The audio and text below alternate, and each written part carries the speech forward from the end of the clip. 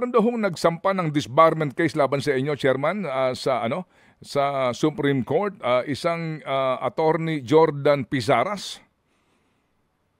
Opo, Sir Ted, ako po'y nagulat at nagulantang doon sa na-file na kaso sapagkat mamukhang ako po'y nabaligtad doon sa bagay na yan. Although natutuwa ako dahil at least nag-file sila ng kaso rather than doon sa social media nila tinatalakay yung mga bagay na yan. Alam niyo po, ang aking opisina kasi ay bukas sa kahit na kanino, tiyan po'y masasabi ng lahat ng mga pumupunta sa opisina natin.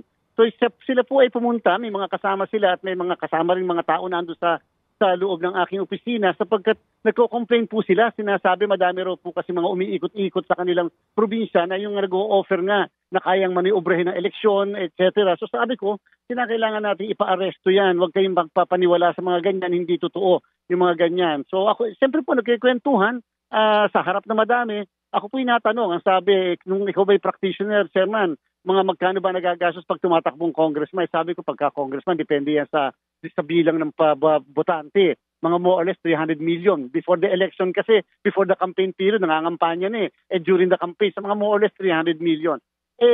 Kung yun po ay ginagamit nilang, ako ay nagsasuggest. Magsasuggest ka ba naman sa unang beses mo nakilala yung tao? Number 2, kaharap po ang napakadami. Kahit pa pinakamasamang tao ka, mukha namang certain imposible, extraordinary yung ganong klaseng sitwasyon. Kasi nga ang claim po, hinihingian nyo daw siya ng 300 milyon.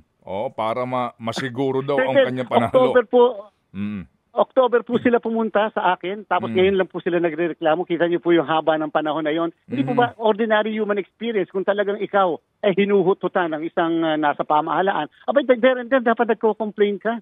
Tapos ganun kahaba. Meron po kasing pangyayari, Sir Ted, mga bandang Marso 26, ay humihiling po siya na yung pong provincial election supervisor namin ay palitan. Sir Ted, March 26, gustong palitan ng aming provincial election supervisor na isang buwan na lang ay eleksyon. At sinabi, meron daw pong, alam nyo na, na-save ko po naman lahat ng text nila. At ito po may mga threat, may mga repercussions. So, ipagpapaubaya ko na lang yan. Tingnan po natin kung tayo naman ay pasasagutin doon sa pinay nila na kaso.